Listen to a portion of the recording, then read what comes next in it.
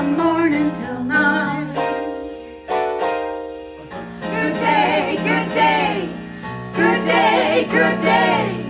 Good day, good day, good day, good day. Yes, it's a good day for shining your shoes, and it's a good day for losing the blues. Everything to gain and nothing to lose, 'cause it's a good day from morning till night. Yes, it's a good day for paying your bills, and it's a good day for curing your ills. So take a deep breath and throw away your pills, 'cause it's a good day from morning till night. It's a good day from morning till night. It's a good day from morning till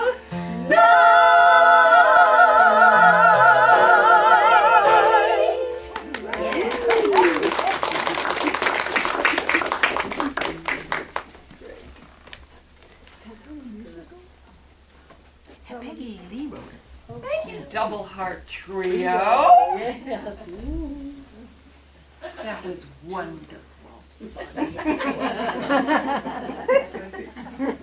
And we're humble too. Yeah, pretty good too.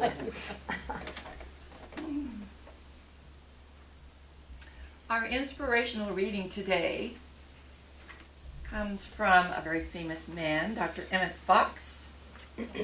He wrote this prayer for abundance. He had a very eloquent and specific way about writing about divinity. And we do have books by Dr. Emmett Fox in our bookstore if you are interested. It's called Accepting Abundance. Today I accept God's gift of abundance. Today everything that I am and have that is good is increased. I identify everything I do with success. I think affirmatively. And with all my prayers, I accept abundance. Whatever I need, whenever I need it, wherever I need it, for as long as I need it, will always be at hand. I no longer see negation or delay or stagnation in my undertakings. Rather, I claim that the action of the living Spirit prospers everything I do, increases every good I possess, and brings success to me and everyone I meet. Everything I think about and do is animated by the divine presence, sustained by the infinite power, and multiplied by the divine goodness. In Jesus Christ's name I pray, who lives and reigns with the Father and the Holy Spirit, one God, forever and ever. Amen.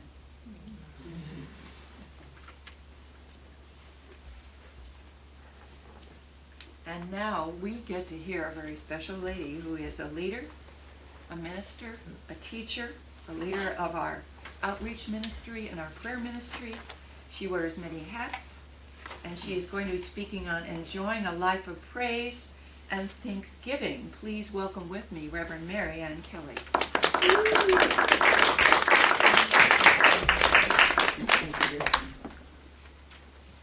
Well, good morning. Good morning. Good morning. I love that song this morning, Ann. And I like the Double Heart Trio song, too. Good morning. So, I'd like to ask you some questions this morning. Questions we can ask ourselves. This morning, today, did I offer peace today? Did I offer peace today? Did I bring a smile to someone's face? Did I say words of healing? Did I let go of my anger and resentment? Did I forgive? did I love? These are the real questions to ask ourselves. And these were written for us by Henri Nouwen. Can't pronounce his name too well, but hope I haven't murdered it too badly. Well, this year I am especially grateful for my father, who just passed away on November 14th. And that was 11 days after his 92nd birthday. He said he wanted to go see God. And he did. That's my understanding. It was almost his last words. So my son, Jim, who lives in Los Angeles, and I scrambled to get back there as quickly as we could for his memorial service. But I called a few friends and said, I need some prayers. I don't know about your family, but when my family gets together, it's a large family. I have 7 brothers and 1 sister, and then all kinds of cousins and nephews and nieces and people I don't even know anymore. But they all come together on something like this, and sometimes that can cause a little bit of concern. So I asked a lot of people here to pray, and it worked. There were little things that happened, but like Marilyn's inner self, my inner self said, be quiet, Marianne. Let it pass. Let it pass. So I did. What I recall is my family is the salt of the earth. They're from Nebraska, so you know that they're in the middle of the country, and they're very ultra-conservative. Ultra-conservative. And so for Marianne, the liberal, going in there. Be quiet, Marianne. Now, a lot of people prayed, and I thank every one of you because prayer works, especially in family situations. Oh my goodness. Well, my father was not an overly educated man, but he was a person who knew the benefits of hard work, and he did that wonderfully. He did that beautifully. In fact, you might say he excelled at that. When we were younger, my father used to teach my brothers, the things that boys needed to know. He was a hunter and a fisherman, and he would take them out, and I loved the fish that they brought back, but I wasn't so much thrilled with the birds that they brought back, the pheasants and the geese and the ducks, because there was always, no matter what my mother did to those birds, there was always one little BB left, and I always got it. Ooh, you ever bite down on one of those? Not so cool, not so cool. But I sure like those fish. And I remember one thing that my mother did refuse to cook that he brought home, and that was rabbits. She just wouldn't cook those rabbits. But I had an aunt, my mother's sister, who would cook those for the family if they wanted to eat it. But Mom wouldn't eat it, and I wouldn't either because I didn't want to eat Bambi either. You just don't want to eat Bambi. No, or Thumper. Excuse me, Thumper. I didn't want to eat Thumper. Yeah, didn't want to eat Thumper. No. Well, I don't like to eat Bambi either, so I don't usually eat deer meat either. So, since my family was large, my father sometimes worked 2 jobs. Most of the time he was a route salesman for a Dr. Pepper bottling company, as I recall growing up. And sometimes he would also work on the weekends to bring in a little bit more money, especially around the holidays like Christmas time. And I remember him and Mom going in the other room, and you would hear this pss, pss, pss, pss. We'd be trying to listen, and we couldn't hear. Then they'd come out, and they would be giggling and carrying on. It was just so much fun. And we always went out to get our Christmas tree together as a family. And to pick the right tree was quite a thing. We always had different opinions of what we should have, but we always got the perfect right tree. And then we'd bring it home and we'd decorate it. Do you remember those little bubble lights? I love those. Those were my favorite ones. I just love to find some more of those, but they just don't make them anymore. Probably a reason for that. One year ours didn't work, and so my dad tried to fix them. Started a small fire. And my mother would never let him fix electrical appliances or anything electrical after that. So probably, but he could fix just about anything else. I mean, he could build things and he could fix things. He fixed his car all the time and things like that. love those bubble lights. Christmas was especially fun. We always had all that wonderful Christmas candy. You remember that? The little ribbons and the little cream-filled things and peanuts that had peanut butter in the middle of them, things like that. We always had the nuts, you know, that were in the shell, and I cracked those, and they were all over the dining room, or not the kitchen, the coffee table. And Mom would come in, you guys can clean that up, come on, let's pick it up. Well, we had to do that. But it was a lot of fun to crack open those nuts and dig out the meat that was inside. That was fun. And we always had a big meal too, you know, at Christmas time we had ham and sweet potatoes and all the regular things that you usually have with that.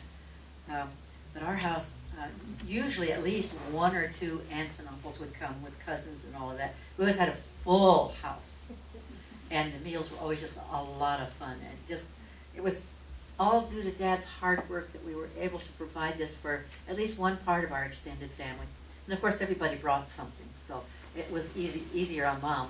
And then it was interesting in those days, all the women went in the kitchen to cook, and they all went in the kitchen to clean up. And the guys sat there and watched football, but that was those days. I remember my dad too was the disciplinarian in the family. And if he wanted to talk to you, chances were good you were probably gonna get it. You did something, probably. And he'd heard about it. And you probably already knew about it, that he was gonna hear about it, because Mom said she was gonna tell him. In those days, my dad did believe in spanking, and we did get spankings, and I remember that. And I felt so hurt by that, as you can well imagine. And any of you that have ever undergone that capital punishment, you would know what I'm talking about. And it causes a little bit of resentment. And so I harbored a little bit of that for a long, long time.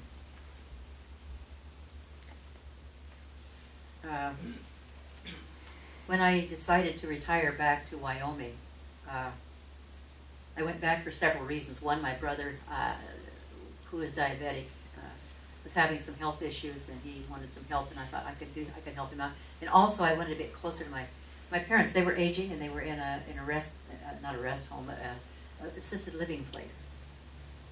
And I thought it could be of help to them in that way, in their aging. And what I found out was, you know, again, the liberal Marianne really doesn't have a place back there. Although my mother and my father welcomed me in, the rest of my family was just a little askance. You know what I mean? They loved me, but they didn't understand me. How I could think some of those thoughts, how I could be so liberal. But they did love me, and they still do. But my dad got sick while I was there, and my mother called me and said, your dad's having a problem, can you take him to the VA hospital? I was in Cheyenne, Wyoming, he was in Kimball, Nebraska. It's about an hour's drive. I said yes, I didn't think twice. I hopped in my car, went over and got him and Mom, and took him to the VA hospital. And on the way, my mother got sick. So it was, I think it was something that he ate, but I didn't realize this, but you can catch the germ if you have that belief from someone who is sick, who's got a stomach problem. Well, she caught it. Not as bad as he did, thank God, because I think we caught it in time. But here I have my father in the VA hospital, and I have to look for a civilian hospital for my mother. And we called the ambulance. We got her there, got him ensconced in the VA, and it was quite a thing. But I learned a lot through that.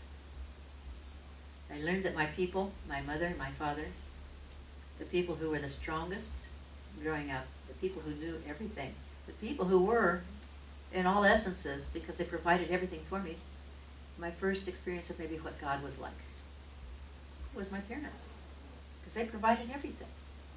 You asked, and you didn't always get it, but sometimes you did. So that's what they were. And my father, I remember walking into his hospital room, and he was looking kind of down, and I said, Dad, is there something I can do for you? And he says, you know, a few kind words would be nice. I'd sure like to hear some kind words. I think he had had a problem with one of the nurses there or something, anyway. But it showed me something about my father that I had never seen before. He had asked me for something. Can you give me a kind word today? It brought me to tears. It brought me to tears. And I realized that my father was just a man, just like everybody else, and that he had needs, just like everybody else.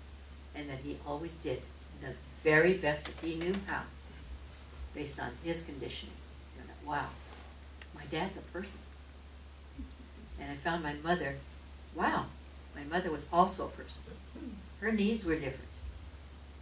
But it was something really wonderful to do that healing on myself by realizing who my father was and what he was about.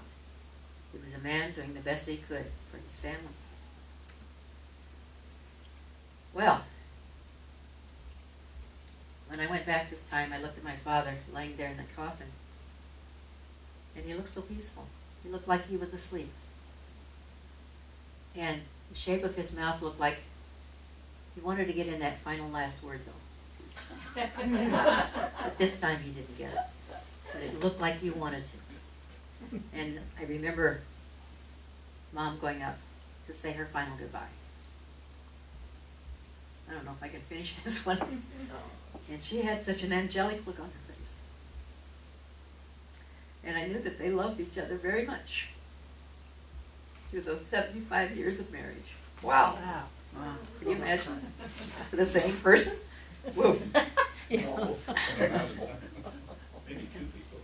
So as we celebrate this month of Thanksgiving, I invite you to take a look at your family and any perceived injustices you think you may have suffered, and realize that your parents are people.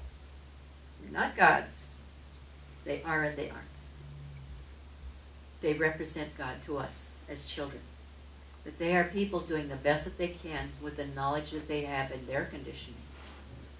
And they've given to us everything that they could, and worked very hard to make sure that that was what we have. So,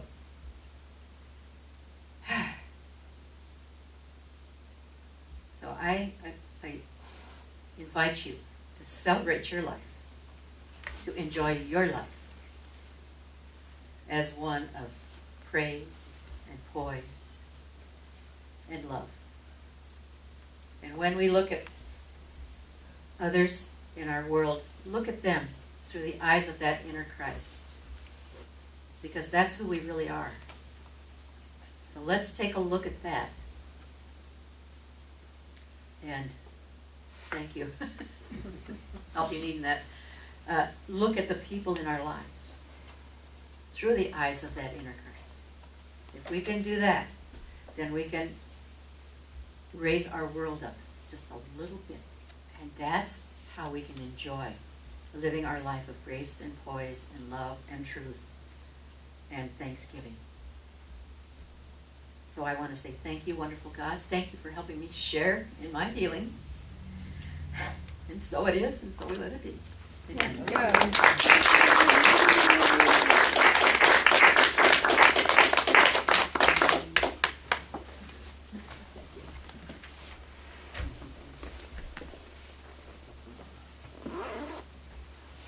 Thank you, Reverend Marianne, for that heartfelt, touching story about your dad.